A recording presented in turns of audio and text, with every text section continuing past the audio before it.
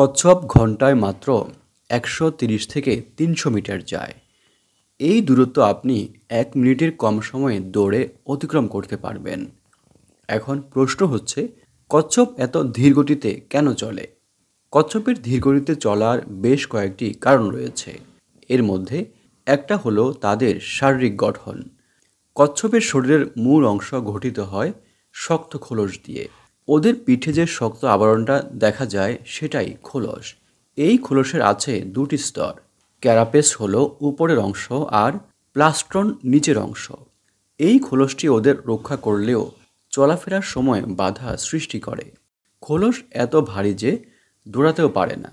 তবে এটাই তাদের ধীরগতির একমাত্র কারণ নয়। কচ্ছপের পায়ের পাতা বিশেষ ধরনের, আকারে বড় এবং গোলাকার। ওদের পায়ের গঠন এমন যে একসঙ্গে পানিতে এবং স্থলে সমানভাবে কাজ করে।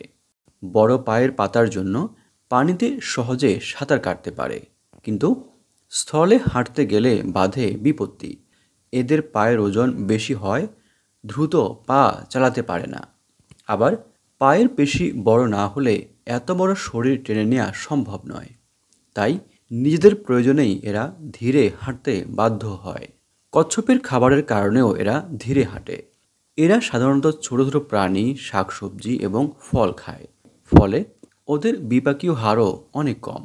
ওরা যদি অনেক ছোটাছুটি করত তাহলে দ্রুত খাদ্য হজম হতো।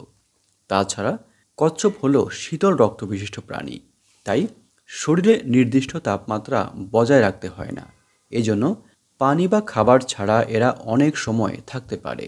মোট কথা, খাবার যেহেতু বেশি লাগে না, তাই শিকার করারও কোনো তাড়া থাকে না।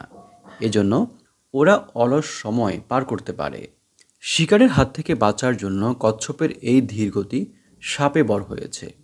শিকারী প্রাণী দ্রুত দৌড়ে আসে, কিন্তু কচ্ছপ তাড়া খেয়ে দৌড়ে পালানোর চেষ্টা করে না, কারণ সে জানে সে দৌড়ে পার পাবে না। তাই চুপ মেরে এক জায়গায় বসে থাকে।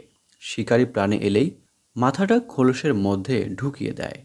তাছাড়া ওদের যে শক্ত খোলস তা দেখতে অনেকটা পাথরের মতো, ফলে সহজে ছদ্মবেশ ধারণ করতে পারে। আর ওই খোলস ভেঙে শিকার করবে এমন প্রাণী বা পৃথিবীতে কোথায় রয়েছে? তবে কচ্ছপ ধীরগতির হলেও পরিবেশের জন্য অত্যন্ত গুরুত্বপূর্ণ। জলজ উদ্ভিদ, মৃত প্রাণী এবং ছোট প্রাণী খেয়ে পরিবেশ পরিষ্কার রাখতে সাহায্য করে। জলাশয়ের তলা পরিষ্কার রাখতেও এদের ভূমিকা রয়েছে।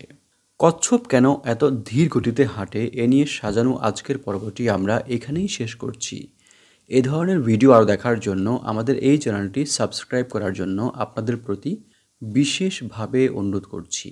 আপনারা যেখানেই থাকবেন অনেক ভালো থাকবেন। ধন্যবাদ।